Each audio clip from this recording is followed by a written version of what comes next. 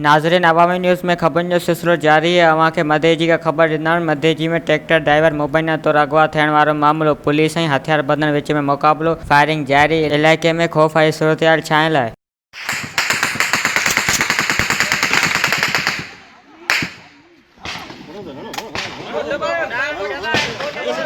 गाड़ी बाहर कढो। गाड़ी गाड़ी साहब, गाड़ी बाहर कढा है।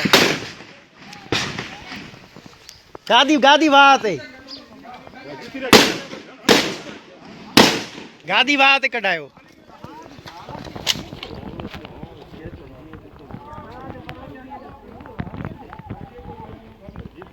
वधिक ख़बरनि ऐं तफ़सील जे लाइ विज़िट कयो असांजी वेबसाइट awamiNewsHD.com ऐं ॾिसंदा रहो अवामी न्यूज़ HD।